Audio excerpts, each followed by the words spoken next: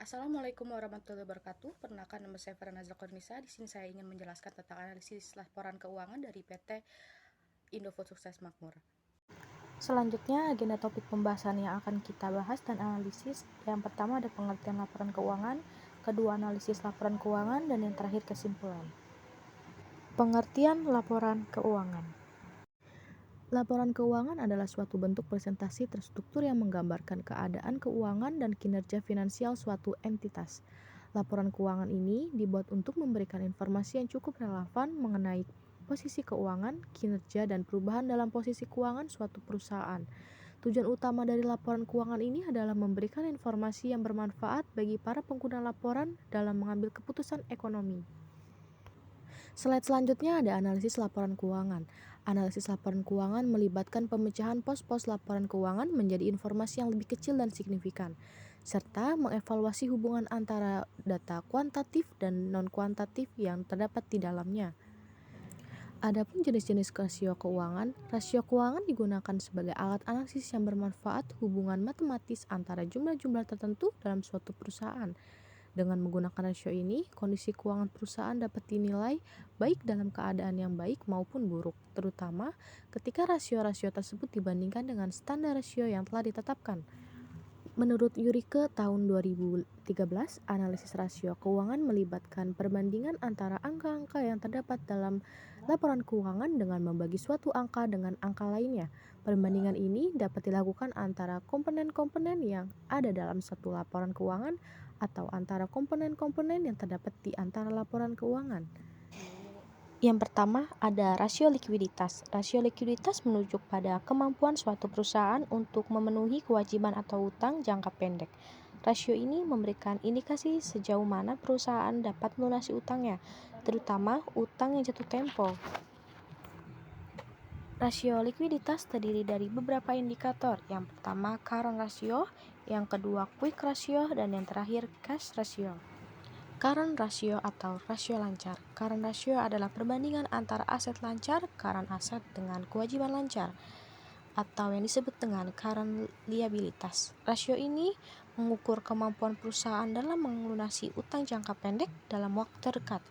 Current ratio dihitung dengan membagi total aset lancar dengan total kewajiban lancar. Rumusnya ada current ratio sama dengan aktivitas lancar per hutang lancar. Selanjutnya ada quick ratio atau rasio cepat atau bisa disebut dengan asset test ratio. Quick ratio atau rasio cepat atau asset test ratio adalah perbandingan antara aset lancar dikurangi persediaan inventory dengan kewajiban lancar. Rasio ini memberikan gambaran lebih khusus mengenai kemampuan perusahaan untuk melunasi utang jangka pendek tanpa mengandalkan penjualan persediaan. Quick ratio ini dihitung dengan membagi jumlah aset lancar dikurangi persediaan dengan total wajib lancar. Rumusnya ada quick ratio sama dengan aktivitas lancar dikurang persediaan lancar bagi hutang lancar. Lalu untuk selanjutnya ada cash ratio atau rasio kas. Cash ratio adalah perbandingan antara kas dan setara kas atau yang bisa disebut dengan cash and cash equivalents dengan kewajiban lancar. Rasio ini menunjukkan sejauh mana sih perusahaan dapat melunasi utang jangka pendek dengan menggunakan kas yang tersedia. Cash ratio dihutang dengan membagi jumlah kas dan setara kas dengan kewajiban lancar. Rumusnya ada cash and cash equivalent per current liabilities. Lalu selanjutnya ada rasio solvabilitas. Rasio solvabilitas digunakan untuk mengevaluasi sejauh mana perusahaan membiayai aset-aset dengan menggunakan utang. Rasio ini membagikan gambaran tentang seberapa besar beban utang yang harus ditanggung oleh perusahaan. Dalam kaitannya dengan total aset, rasio solvabilitas terdiri dari beberapa indikator.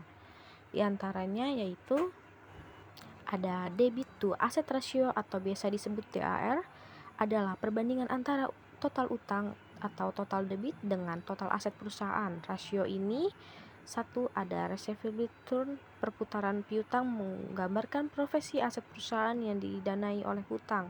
DAR ini dihitung dengan membagi total utang dengan total aset. Rumusnya ada debit to asset ratio sama dengan total debit per total aset dikali 100%. Selanjutnya ada debit to equity ratio. adalah perbandingan antara total utang dengan total ekualitas perusahaan. Rasio ini menunjukkan seberapa besar ekualitas yang didukung oleh utang. DER dihitung dengan membagi total utang dengan total ekualitas dikali 100%. Lalu ada long term debit to equality ratio, yaitu perbandingan antara hutang jangka panjang dengan total ekualitas perusahaan. Rasio ini mengidentifikasi sejauh mana ekualitas perusahaan didukung oleh utang jangka panjang. Rumusnya ada long term debit to equality ratio sama dengan total debit dibagi total equality. Selanjutnya ada time interest earned ratio atau biasa disebut TI ratio. Time interest earned ratio adalah perbandingan antara laba sebelum bunga dan pajak dengan bunga yang harus dibayarkan. Rasio ini menunjukkan seberapa besar perusahaan mampu membayar bunga dari laba yang dihasilkan sebelum dipotong pajak. Rumusnya yaitu debit bagi interest expense. Dan untuk berikutnya ada rasio aktivitas. Rasio aktivitas digunakan untuk mengevaluasi sejauh mana perusahaan efektif dalam memanfaatkan aset yang dimintanya. Rasio ini memberikan gambaran tentang tingkat efisien atau efektivitas dalam penggunaan sumber daya perusahaan. Rasio aktivitas ini terdiri dari beberapa indikator, diantaranya yaitu ada receivable turnover perputaran piutang, yaitu perbandingan antara penjualan bersih dengan rata-rata piutang usaha. Rasio ini mengukur seberapa cepat perusahaan mengumpulkan piutang dari pelanggan. Adapun rumusnya yaitu sales bagi account receivable. Lalu untuk selanjutnya ada average collection period atau periode koleksi rata-rata, yaitu jumlah hari rata-rata yang dibutuhkan oleh perusahaan untuk mengumpulkan piutang dari pelanggan. Rasio ini dihitung dengan membagi 36 hari dengan receivable turnover. Adapun rumusnya yaitu 360 dibagi receivable turnover. Selanjutnya ada average day in inventory, yaitu rata-rata hari persediaan. Adalah jumlah hari rata-rata yang dibutuhkan oleh perusahaan untuk menjual persediaan. Rasio ini dihitung dengan membagi 365 hari dengan inventory turnover. Adapun rumusnya yaitu 360 dibagi inventory turnover. Lalu untuk selanjutnya ada total asset turnover atau perputaran total aset, yaitu perbandingan antara penjualan bersih dengan total aset perusahaan.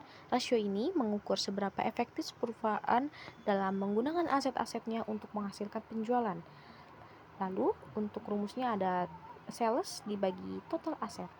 Lalu untuk selanjutnya ada rasio profitabilitas, yaitu rasio yang digunakan untuk mengevaluasi sejauh mana perusahaan mampu menghasilkan laba atau keuntungan dengan memanfaatkan sumber daya yang dimiliki, baik dalam hubungan dengan penjualan aset maupun laba bagi pemilik modal.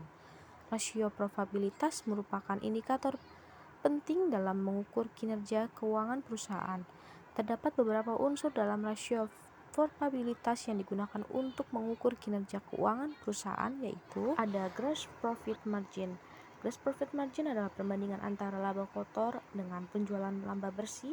Rasio ini mengukur seberapa efisien perusahaan dalam menghasilkan laba kotor dari perusahaan.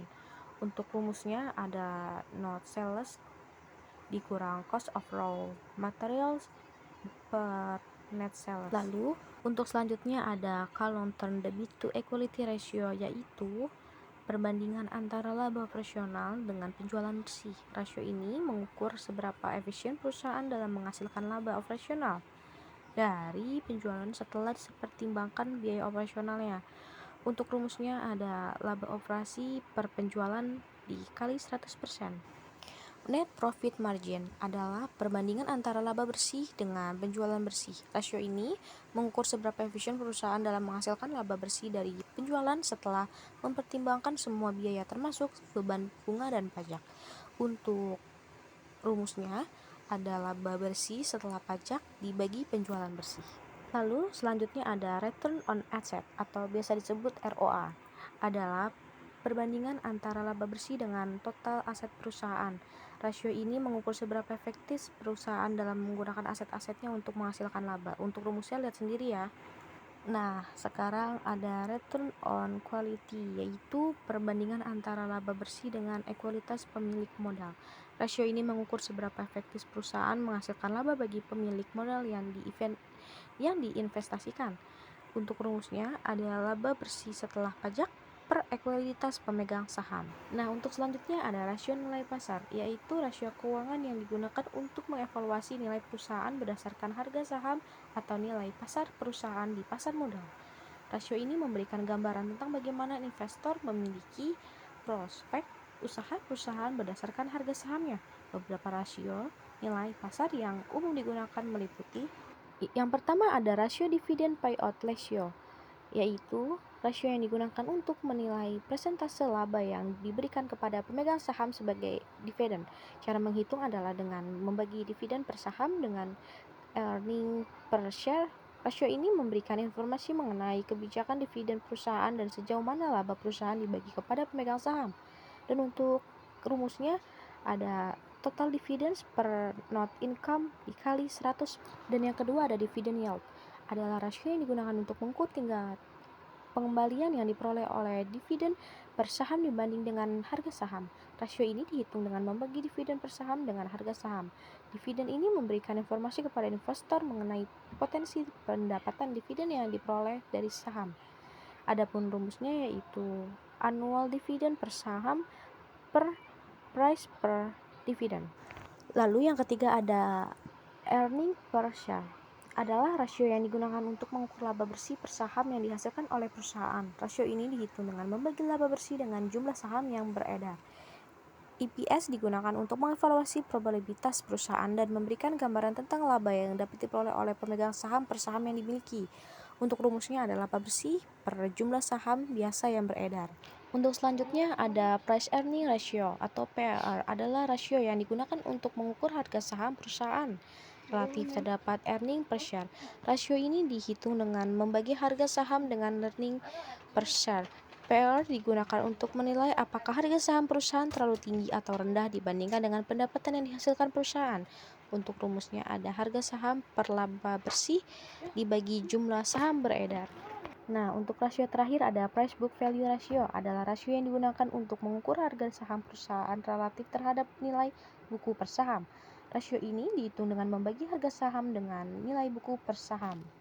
Lalu untuk kesimpulan analisis dari laporan perusahaan PT Indofood Sukses Makmur Tbk, yaitu berdasarkan hasil penelitian dan pembahasan yang telah diuraikan sebelumnya, maka peneliti memperoleh kesimpulan dari hasil analisis sebagai berikut. Yang pertama ada penilaian kinerja keuangan PT Indofood Tbk berdasarkan rasio likuiditas yang diukur dengan rasio lancar tahun 2018 sampai 2022 dikatakan sangat baik. Dan untuk yang kedua, penilaian kinerja keuangan PT Indofood Tbk berdasarkan dengan rasio perputaran aset tetap tahun 2018 sampai 2022 dikatakan kurang efektif. Yang ketiga, penilaian kinerja keuangan PT Indofood Tbk berdasarkan rasio solvabilitas diukur dengan rasio hutang terhadap ekualitas tahun 2018 sampai 2020 dikatakan sangat sehat. Dan untuk yang terakhir, penelitian kinerja keuangan PT Indofood Tbk berdasarkan rasio probabilitas diukur dengan Return on Quality atau ROE tahun 2018 sampai 2022 dikatakan efisien. Sekian penjelasan dari saya, kurang lebihnya mohon maaf. Terima kasih. Wassalamualaikum warahmatullahi wabarakatuh.